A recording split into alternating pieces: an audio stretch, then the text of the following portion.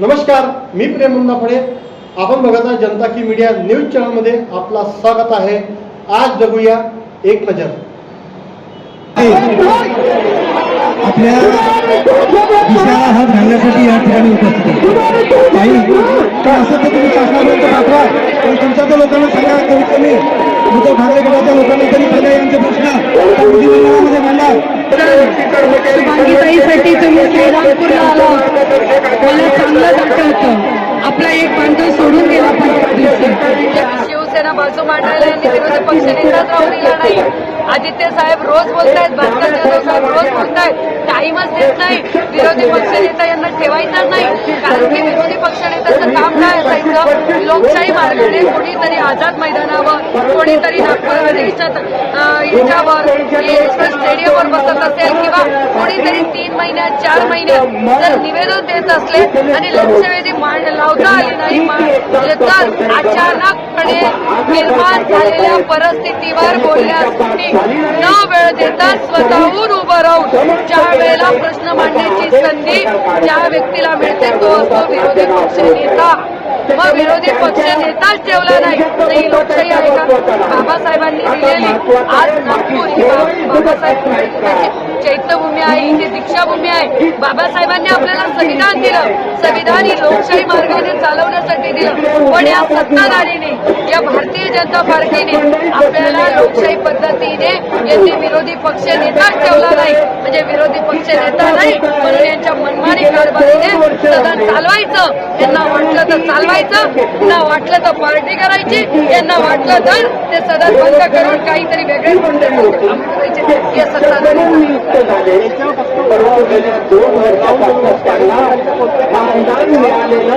शेतकरी सुखी आहे या राज्यात नाही, महिला सुरक्षित आहेत या राज्यात नाही, शिक्षक आहे सुरक्षित नाही, कर्मचारी सुरक्षित आहे नाही. आताच तुम्ही बघितलं युवा प्रशिक्षण विद्यार्थी मुख्यमंत्री ते बसलेले आहेत, पोलीस पाटील बसलेले आहेत, अनेक लोक इथे आंदोलनाला बसलेले आहेत. कोणता घटक सुखी आहे ते दाखवा मला एक तरी. फक्त कोणता सुखी आहे? सत्तेचा आमदार खासदार म्हणून हे फक्त सुखी आहे. हजारो कोटीचा भ्रष्टाचार आहे. अहो विद्यार्थ्यांना इथे नोकऱ्या नाहीत, कर्मचाऱ्यांना पगार नाहीत, कर्मचाऱ्यांना पेन्शन नाही, कर्मचारी इथे सुखी नाही, पोलीस पाटील सुखी नाही, शेतकरी सुखी नाही. म्हणजे हे सरकार पूर्णपणे अपयशी आहे. एवढं तुम्ही आज पत्रकार भावांनी फिरून बघा किती आंदोलन चालू आहे. उद्धव ठाकरे साहेब ज्यावेळेला मुख्यमंत्री झाले होते पहिला प्रश्न शेतकरी कर्ज, दुसरा प्रश्न पेन्शनसाठी त्यांनी पुढाकार घेतला, त्यांनी विनाअनुदानित अनुदान देण्यासाठी पुढाकार घेतला, त्यांनी कर्मचाऱ्यांना नवीन नोकऱ्या उपलब्ध करून देण्याचं काम. मग या सरकारने काय केलं? अधिवेशनात मजा मारण्याचं काम केलं, अधिवेशनात मनमानी करण्याचं काम केलं, मुलींवर रोज अत्याचार होतोय. 66,000 शाळा बंद केल्या. अहो दादा, गरीबाला एखाद्या मुलाला जर फी भरायची, आमच्या शिक्षकांना पगार नाही, कर्मचाऱ्याला म्हणजे एखाद्या शिकलेल्या व्यक्तीला हे नाही, शिकलेल्या व्यक्तीला नोकरी नाही, म्हणून तो काय करेल? एखाद्या जिल्हा परिषदच्या शाळेत बोलायला.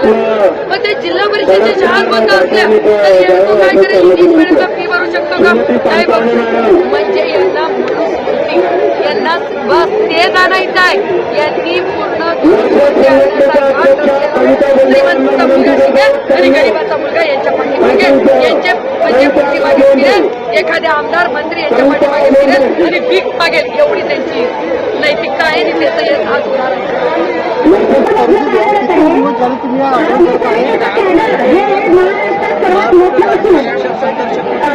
जिल्हा परिषद अंतर्गत ती तयार आणि अतिशय आरोग्य सेविका कार्यरत असते. परंतु तिच्या त्या कामाकडे किंवा त्या कार्याकडे शासनाचं अजूनही दुर्लक्ष आहे. आजपर्यंत आम्हाला 1980 आरोग्य सेविका कार्यरत आहे आणि आजच्या या युगात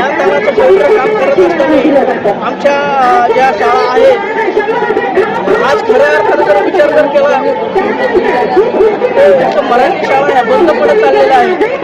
त्यामध्ये आम्ही शाळा चालू केल्या. आमच्या शाळा त्या ठिकाणी अनुदानामध्ये 2022-23 मध्ये आमच्या शाळा पात्र झाल्या. परंतु या शाळेमध्ये फक्त पटसंख्या म्हणजे 4, 2, 3 अशा काही जिल्ह्यामध्ये काही पटसंख्या कमी असल्यामुळे 5वी, 6वी, 7वी या शाळेमध्ये 5, 4, 3, 2 अशी पटसंख्या कमी असल्यामुळं या शाळा अनुदानापासून वंचित राहिलेल्या आहेत. आणि हा 2022-23 पासून आतापर्यंत आम्हाला कुठल्याही प्रकारचं अनुदान या ठिकाणी दिलेलं नाही. म्हणून महाराष्ट्र राज्य शिक्षक संघर्ष कृती समितीच्या वतीनं या ठिकाणी आम्ही आमरण उपोषण करत आहे.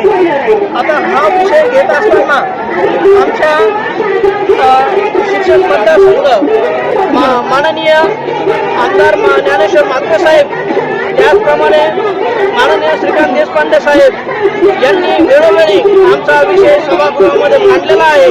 परंतु त्यांच्या विचाराला, त्यांच्या प्रश्नाला कुठल्याही पद्धतीनं त्यांना प्रतिसाद भेटलेला नाही. म्हणून हा विषय आमचा या ठिकाणी मार्गी लागलेला नाही.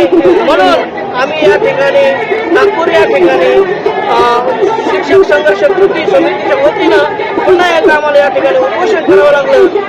उपोषण करत असताना जर आमची मागणी पूर्ण नाही झाली तर येणाऱ्या 2 दिवसामध्ये आम्ही माननीय राज्याचे मुख्यमंत्री लाडके देवाभाऊ यांना एकच विनंती आहे, या लाडक्या भावांना तुम्ही 20% अनुदान तरी आम्हाला सुरू करा, जेणेकरून आमच्या या ठिकाणी जे शिक्षक बांधव आहेत यांच्यावर खऱ्या अर्थाने खूप अन्याय होत आहे. यांना कुटुंब जर चालवायचं असेल तर आमच्या यामध्ये काही शिक्षक असे बांधव आहेत या ठिकाणी मोलमजुरी करण्याचं काम त्या ठिकाणी करतात.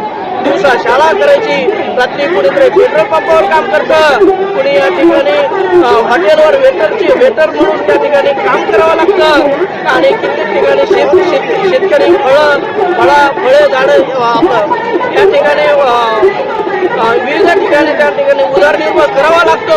हा शिक्षक नियंत्रणाचं काम करत असताना ही वेळ आमच्यावर का आली?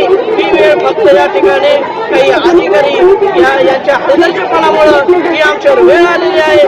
जर अधिकाऱ्यांनी त्या ठिकाणी आमचा विषय जर त्या माननीय मुख्यमंत्री, माननीय शिक्षण मंत्री यांना जर विषय जर समजावून जर सांगितला असता तर आज ही आमच्यावर वेळ आली नसती. तुमच्या या चुकीमुळं आम्हाला गेली 2023 पासून तर 2025 पर्यंत आम्हाला विविध ठिकाणी विविध प्रकारच्या पद्धतीने आम्हाला उपोषण करावं लागतं. आणि उपोषण करूनही आमचा या ठिकाणी विषय मार्गी लागत नाही. ही मोठी शोकांतिका या ठिकाणी आलेली आहे.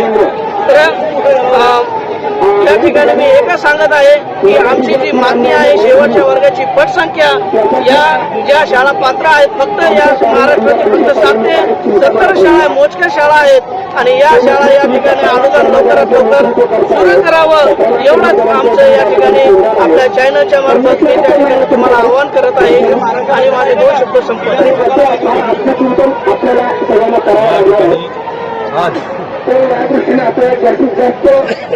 या ठिकाणी आज महाराष्ट्र राज्य शिक्षक संघर्ष समितीच्या माध्यमातून आज आम्ही सर्व फक्त कृती समितीच्याच आमच्या संघर्ष कृती समितीच्याच शिक्षकाचा विषय आम्ही घेतलेला पूर्ण महाराष्ट्रामध्ये काय चाललेलं आहे, हा घटनाक्रम कशा पद्धतीने होत चाललेला आहे आणि वेळोवेळी या आमच्या शिक्षकावर वेळोवेळी अन्याय का होत आहे यासाठी आम्हाला कधी आझाद मैदान, कधी आता नागपूरमध्ये आम्हाला अधिवेशनामध्ये आम्हाला मोर्चा करावा लागत आहे. याचं कारण